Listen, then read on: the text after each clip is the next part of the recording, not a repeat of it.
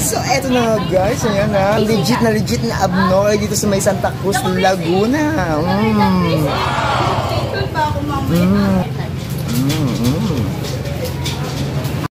Pasabugan na yan!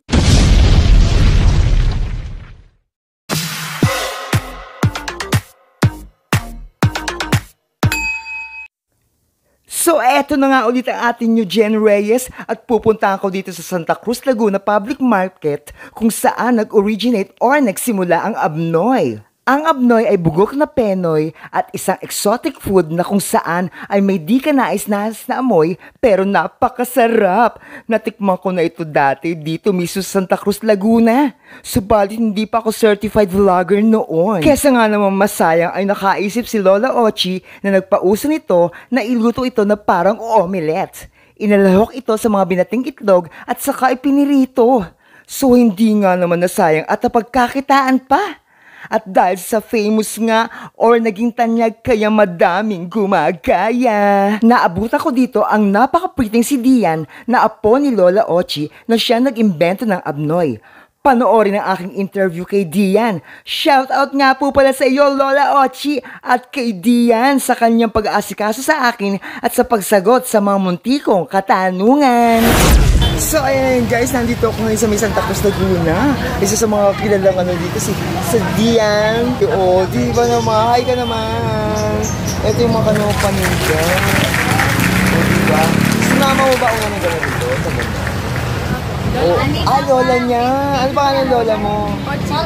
Ayun si Lola Ochi pala ang nagpasimuno ng abnoy. Ayan. So, apo ka na niya, si Dian. Ayan, dito ako sa may Santa Cruz, Laguna, kung saan nag-originate ang abnoy. Diba? Totoo naman. Dito nang galing abnoy.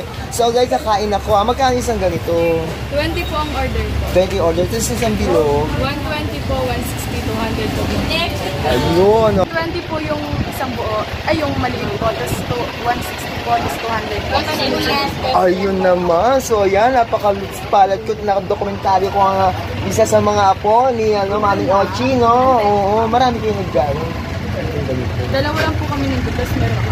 Okay, ayan. So, ayan, bibili ako isang order na magkano? 20 lang po. 20 pesos. So, isang ano ko. Ayan, masarap yan.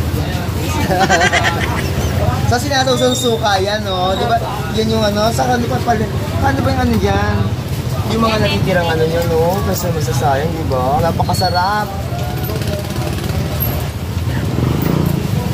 Ayan, pakikita ko naman. O, di ba naman? Sa 20 pesos, napakadami. Tapos lalagyan mo ng suka. Diba? At dinadayo talaga dito. Anong oras ka nagbubukas? Alas 9 po. Alas 9. So, yun na yan ha. Ang unang subo para sa inyo.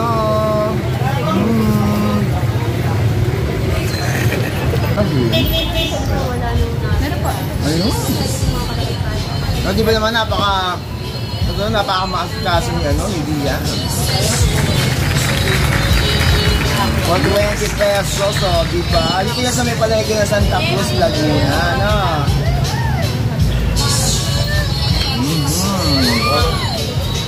Kaya kita ka. Patabi mo kayo ng si Dian. Bago na natin kumakain ako, hit ko lang yung follow button ha guys sa Jen Reyes page at share ang aking mga video. Masarap ito na sinasawsaw sa suka. At mega shoutout kay Dian dahil pinangundakan niya ako interviewin siya. O, diba?